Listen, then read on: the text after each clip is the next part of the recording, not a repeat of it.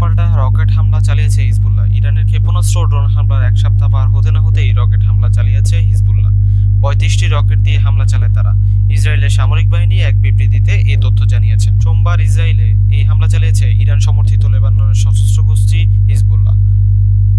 প্রতিবেদনে বলা হয়েছে, সোমবার সন্ধ্যায় উত্তরাঞ্চলে এই হামলায় কেউ হতাহত হয়নি বলে জানিয়েছে ইসরায়েল। এর আগে অবশ্য সাইরেন বেজে ওঠে ওই এলাকায়। রকেট হামলার আগে লেবাননে দক্ষিণাঞ্চলে বিমান হামলা চালিয়েছে তারা।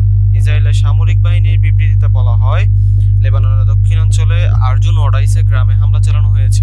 সেখানে হিজবুল্লাহ যোদ্ধারা ছিলেন, তবে কেউ হতাহত হয়েছে কিনা তা জানা যায়নি। এর আগে গত ৭ অক্টোবর ইসরায়েলের হামলা চালায় হামাস। এরপর গাজায় সামরিক অভিযান শুরু করে ইসরায়েল। তখন থেকে হিজবুল্লাহর সঙ্গে হামলা ও পাল্টা হামলার ঘটনা ঘটে। তো বন্ধুরা, এই ছিল আজকের নিউজ। পরবর্তী নিউজ পেতে আমাদের চ্যানেলটি এখনই সাবস্ক্রাইব করুন এবং পাশে থাকা বেল আইকনটি ক্লিক করুন। ধন্যবাদ।